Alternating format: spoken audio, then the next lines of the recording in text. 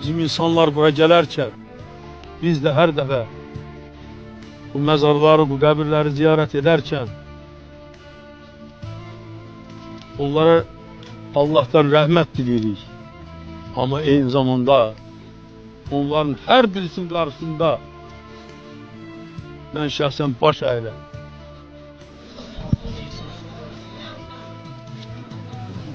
Allah bir razı olsun. Çünkü onlar öz şəhidliğiyle bizim xalqımızı yüksəltdi.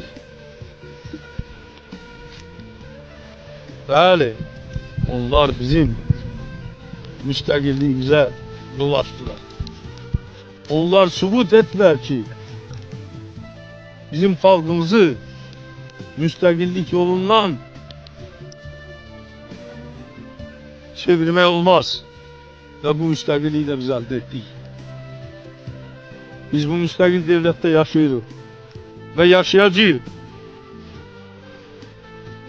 Ve o şəhidlərin bizim bugünkü müstəqilliyimizin əldə edilməsində xüsusi xidmətləri var. Onlar bizim bu müstəqilliyimizin temelini koyan insanlardır.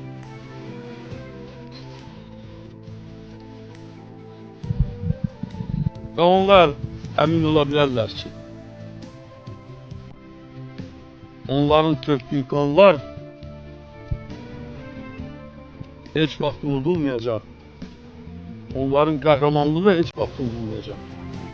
Ama onların şəhidliyi Azərbaycan xalqını daha da mətinləşdirib, Azərbaycan xalqını daimi müstəqil yolla getməyinə kömək edir və kömək